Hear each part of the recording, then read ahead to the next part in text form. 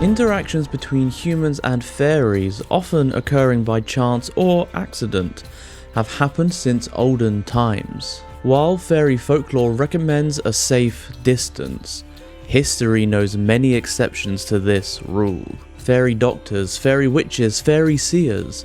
Each culture has a name for those who entered fairy partnerships to receive knowledge and prosperity in exchange for service. In the past, fairy witches were part of small rural communities, and the local fairy lore formed the basis for their interaction with fairies. Today, people have access to fairy lore from all parts of the world. Easy access to information and traveling faster and farther are the hallmarks of this age. Information pools at unprecedented scale and speed, and because of this, similarities and differences that exist between fairies from different cultures quickly weave into new perspectives. Such cross-cultural perspectives are relevant particularly for those seeking connections and partnerships among fairies. Fairies appear in every culture. Pixies, elves, Sidhe, Rusalii. Just a few types showing fairies to be as diverse as the places they come from. Fairy diversity occurs both cross-culturally and within single cultures. For example, Romanian folklore describes two major types of fairies. Sanziena, noted for their benevolence towards humans, and Rusalii, reputed for their hostile streak.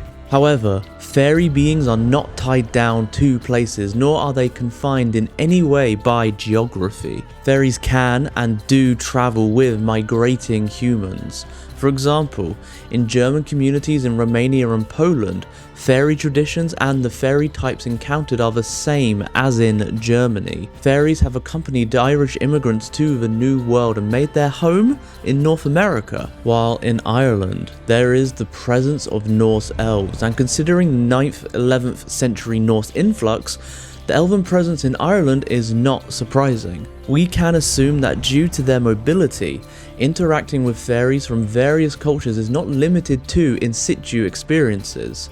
However, seeking partnerships from among the ranks begs the question, is it possible to connect with fairies from other cultures in ways that are non-appropriative and beneficial for all parties involved? We believe so. Daniela Semina, the writer of this script, grew up apprenticing with her grandmother, a fairy seer and medicine woman. At some point, she began to interact with a being her grandmother recognized as a fairy, albeit different from the ones she worked with. It turned out the fairy being was an elf, and although their first encounters had occurred in Romania, they also met in Ireland and in the United States. Daniela is a fairy witch, and her guides, who define themselves as elves, have strong ties to Ireland. They do, in fact, identify as Norse Irish or Norse Gaelic. This means that in building her personal practice around them, she must consider the complexity of this multicultural spiritual heritage. We will say that we are not interested in reconstructing ad literam practices from long ago because they don't always fit with modern lifestyles. For example, we cannot sacrifice a bull, redden a mound with its blood, and petition the elf dwelling there to heal some ailment, as it had been done in Iceland about 1,000 years ago. Therefore, we can adapt old practices to fit and feel authentic to who we are, because unless we are 100% invested in our words and actions, there is no real power in what we do but mere acting. It can be difficult to reconcile cultural aspects, regional diversity, and old and new ideas. So, we thought we would offer some ideas about bolstering a fairy-led practice that unfolds at cultural crossroads. 1. When seeking to engage with fairies from outside your culture, learn their fairy lore and folklore. Fairy lore and traditions are never divorced from the broader social, historical, and geographical context. Learning the old fairy lore and traditions may seem redundant because fairies are not stuck in time like fossils of a past long gone. Fairies change like everything and everyone else throughout history. But learning how they showed up in the past helps track how they changed over time, and this may prove itself useful for understanding fairies' motivation, etiquette, likes and dislikes. Important things to know when seeking to make friends. 2. When purchasing items for an altar dedicated to fairy allies, it is a good idea to support local artisans and artisans from regions where your fairy allies come from. The fact that fairies follow humans who settle into new territories shows a strong connection. Your purchases support those people who follow fairies themselves, and your effort will not go unnoticed. This also holds true when you buy books and classes from authors and teachers who create resources that educate on the subject of fairies. 3. Reading fiction that is centered on fairies complements the study of fairy folklore and related traditions. Well-written fairy fiction allows the reader to see how motifs and folklore are adapted into new narratives, how the image of fairies in literature changes over time, and invites pondering over the implications such changes have for modern fairy witches.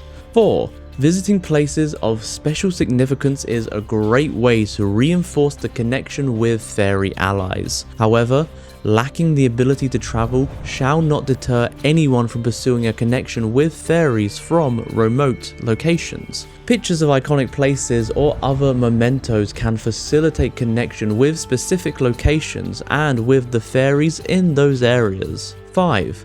The heart and soul of a culture are intimately connected to its language. Learning a few words to use in ritual or whenever addressing fairy allies from another culture can enhance the experience and deepen the connection.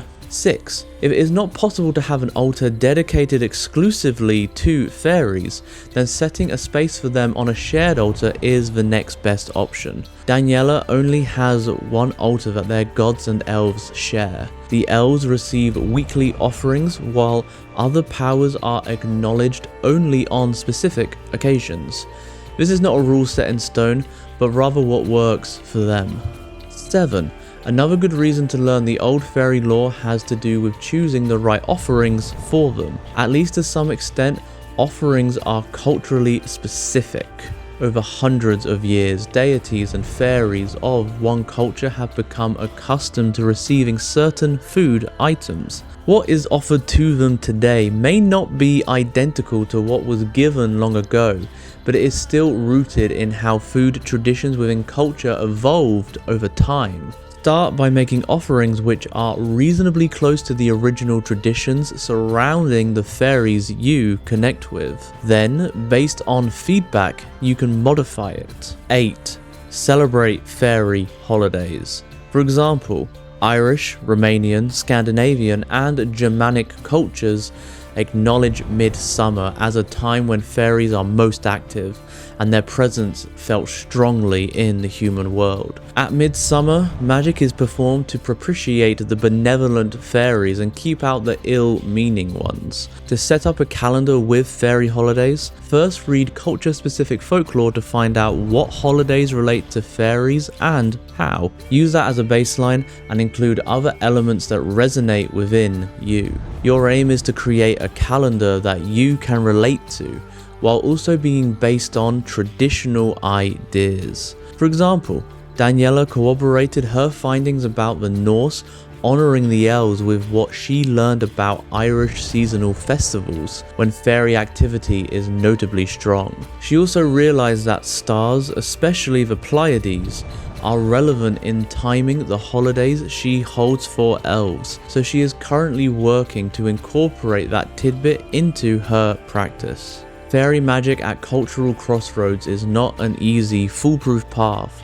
If it calls you, though, don't let distance or anything else stop you. Fairy magic at cultural crossroads is a path that goes steeply uphill. It requires hard work, and sometimes unlearning must happen before learning something new. The promise it holds, though, makes all efforts worthwhile. So, stand in the crossroad. Open the gates to fairy magic. Usher in the enchantment this world sorely needs.